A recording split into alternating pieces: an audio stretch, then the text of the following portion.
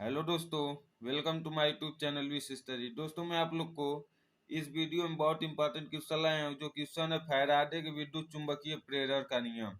ये जो क्वेश्चन है दोस्तों, ये बहुत इंपॉर्टेंट है क्योंकि ये पेपर में हर साल पूछे गए हैं। जो फैराडे के विद्युत चुंबकीय प्रेरण है, इनके दो नियम होते हैं। मैं आप लोग को दोनों नियम बताऊंगा, जिससे आप लोग को समझ में आ जाएगा। मैं बताऊंगा तो चलिए दोस्तों, हम लोग चलते हैं। इससे पहले आप लोग वीडियो को लाइक नहीं की, लाइक कर दीजिए और वीडियो शेयर कर दीजिए दोस्तों के पास। अभी चैनल पे नए सब्सक्राइब कर दीजिए। चलिए दोस्तों, हम लोग चलते हैं फैराडे के विद्युत चुंबकीय प्रेरण का नियम। देखिए दोस्तों, फैराडे के विद्युत चुंबकीय प्रेरण के संबंध में, जो फैराडे के विद्युत चुंबकीय प्रेरण का नियम है, उसके संबंध में दो नियम दिया था। जो फैराडे ने और चुंबकीय प्रेरण के संबंध में उसने दो नियम दिया था। मैं आप लोग को इस वीडियो में दोनों नियम बताऊंगा। चलिए दोस्तों, पहला नियम पे चलते। जो पहला नियम है, देखिए पहला नियम बहुत बड़ा है, दूसरा बहुत छोटा है। चलिए दोस्तों, जो पहला नियम है,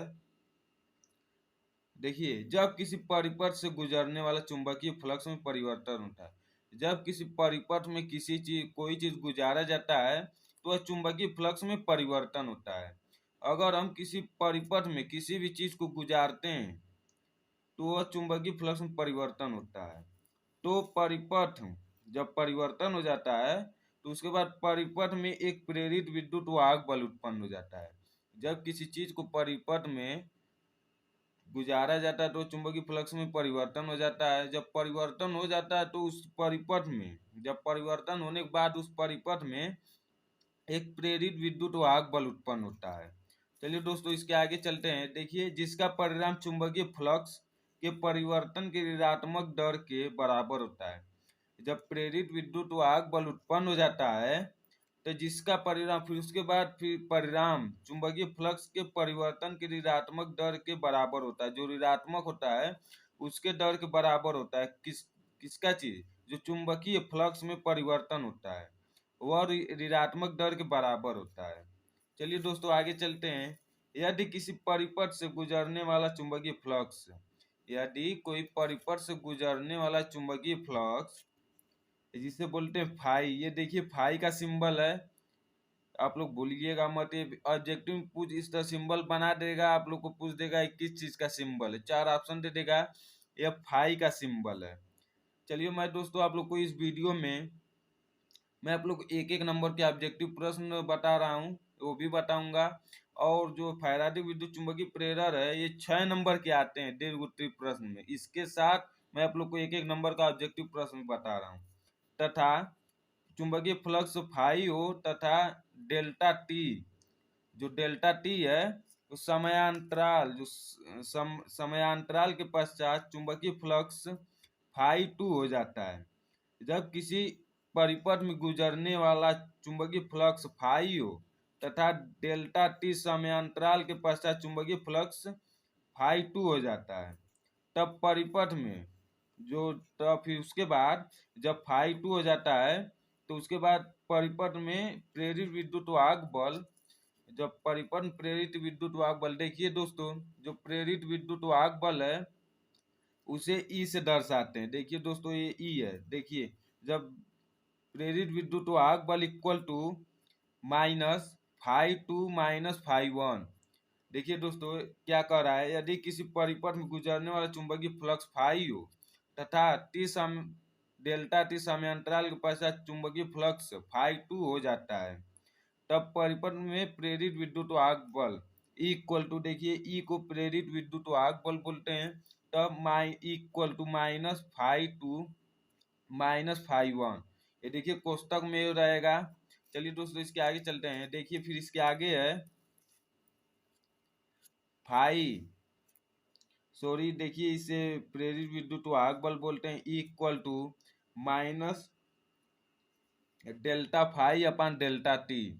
जब देखिए कोई में से अगर दो में से आप लोग एक घटाएंगे तो एक ही होगा ना। इसी तरह यहाँ पे फाइव टू में से फाइव वन घटाया गया है, तो डेल्टा फाइव बचा है। ये माइनस है, माइनस हो गया। अब देखिए इसमें दिया गया ये अपान डेल्टा टी क्यों लगाया गया, देखिए समयांतराल में, डेल्टा टी के समयांतराल में, जब समयांतराल पूछा जाएगा तो अपान डेल्टा टी करेंगे। चलिए दोस्तों, इसके आगे का आगे बताता हूँ। देखिए दोस्तों इसके आगे का है, देखिए दोस्तों इसके आगे है, यदि परिपथ में जो कोई परिपथ है उस परिपथ में कोई कुंडली हो, जिसे कोई परिपथ ले लीजिए, उसमें कोई कुंडली हो जिसमें तार के n फेरे लपेटे हो, जो कुंडली है उसमें तार के n मतलब कि अनंत, अनेक, इनफाइनाइट फेरे हो, तो प्रत्येक फेरे में विद्युत वाहक बल प्रेरित होगा। अगर जो इनफाइनाइट तार लपेटे गए, n फेरे लपेटे गए, कोई संख्या नहीं कि एक दो से लपेटा गया है, n अनेकों लपेटा गया है, तो प्रत्येक फेरे में विद्युत वाहक बल, जो प्रत्येक फेरा रहेगा उसमें विद्युत वाहक बल प्रेरित होगा। जो विद्युत वाहक बल होगा प्रेरित होगा किसमें, जो प्रत्येक फेरे, जो एक फेरा रहेगा उसमें विद्युत वाहक बल प्रेरित होगा। तब अतः पूरी कुंडली में प्रेरित विद्युत वाहक बल होगा। अगर जब एक फेरे में प्रेरित विद्युत वाहक बल हो रहा है तो n फेरा है, तो तब पूरे कुंडली में भी विद्युत वाहक बल होगा। तब विद्युत वाहक बल equal to minus delta n delta phi upon delta T. देखिए आप लोग को दिया गया था, यदि किसी परिपथ में, जब कोई परिपथ है जिसमें तार के n फेरे लपेटे, कोई परिपथ है उसमें तार के n फेरे लपेटे गए हैं, तो विद्युत वाहक बल प्रेरित होगा। जो प्रत्येक फेरे में विद्युत वाहक बल प्रेरित होगा। अतः जब एक फेरे में विद्युत वाहक बल प्रेरित होगा तो पूरी कुंडली में भी विद्युत वाहक बल प्रेरित होगा। तब विद्युत वाहक बल इक्वल टू, जिसे इसे डिनोट करते equal to minus delta n delta phi upon delta T. देखिए दोस्तों इसके आगे है विद्युत वाहक बल इक्वल टू, इसमें देखिए डेल्टा डेल्टा मिल गया, डेल्टा मैं कॉमन कर लिया हूँ, डेल्टा, देखिए दोस्तों यहाँ माइनस होगा, डेल्टा कोष्टक में n phi upon delta T. देखिए दोस्तों, देखिए जहाँ पे, देखिए दोस्तों जहाँ n फाई फ्लक्स ग्रंथिकाओं की संख्या है। चलिए दोस्तों मैं आप लोग को फैराडे के प्रथम नियम आप लोग को बता दिया हूँ। अगर नहीं समझ में आया होगा तो वीडियो को पीछे करके देख लीजिए। अभी तक वीडियो को लाइक नहीं की, लाइक कर दीजिए और वीडियो को शेयर कर दीजिए। चलिए दोस्तों अभी तक सब्सक्राइब नहीं की, सब्सक्राइब भी कर दीजिए। चलिए दोस्तों मैं आप लोग को फैराडे के द्वितीय नियम बताने जा रहा हूँ। देखिए जो फैराडे द्वितीय नियम है इसे लेंज का नियम भी कहते हैं। जो फैराडे का द्वितीय नियम है उसे लेंज का नियम भी कहते हैं। दोस्तों मैं आप लोग को बताऊंगा। देखिए जो फैराडे का द्वितीय नियम है, किसी परिपथ में, जब किसी परिपथ में प्रेरित विद्युत वाहक बल अथवा प्रेरित धारा की दिशा सदैव ऐसी होती है, जब किसी परिपथ में प्रेरित विद्युत वाहक बल अथवा, देखिए प्रेरित विद्युत वाहक बल भी बोल सकते हैं, अथवा प्रेरित धारा की दिशा सदैव ऐसी होती है कि यह उस कारण, जब प्रेरित धारा की दिशा सदैव होती है तब उस कारण का विरोध करती है। जब प्रेरित धारा की दिशा सदैव होती है तो उस कारण, जो प्रेरित धारा की दिशा का सदैव होता है, उसका विरोध करती है, जिससे यह स्वयं उत्पन्न होता है। जब विरोध करती है तो वह स्वयं उत्पन्न हो जाता है, जिसे फैराडे का द्वितीय नियम कहते हैं। जब स्वयं उत्पन्न हो जाता है तो उसे फैराडे का द्वितीय नियम कहते हैं। दोस्तों जो फैराडे का द्वितीय नियम है इसे लेंज का नियम भी कहते हैं। जो लेंज है, जो फैराडे का द्वितीय नियम है उसे लेंज का नियम भी कहते हैं। दोस्तों पेपर में ऑब्जेक्टिव पूछ सकता है, फैराडे के द्वितीय नियम को अन्य दूसरे नाम से किससे जानते हैं, तो लेंज नियम से जानते हैं।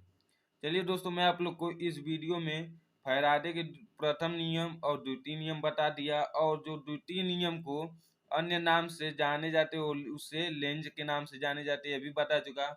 दोस्तों आज की वीडियो में इतना ही। अब मिलते हैं अगले वीडियो में नए टॉपिक के साथ। दोस्तों अगर दोस्तों अभी लोग वीडियो को लाइक नहीं की तो लाइक कर दीजिए और चैनल को सब्सक्राइब कर दीजिए और वीडियो को शेयर कर दीजिए। धन्यवाद दोस्तों, बाय बाय, ख्याल रखिए आप लोग।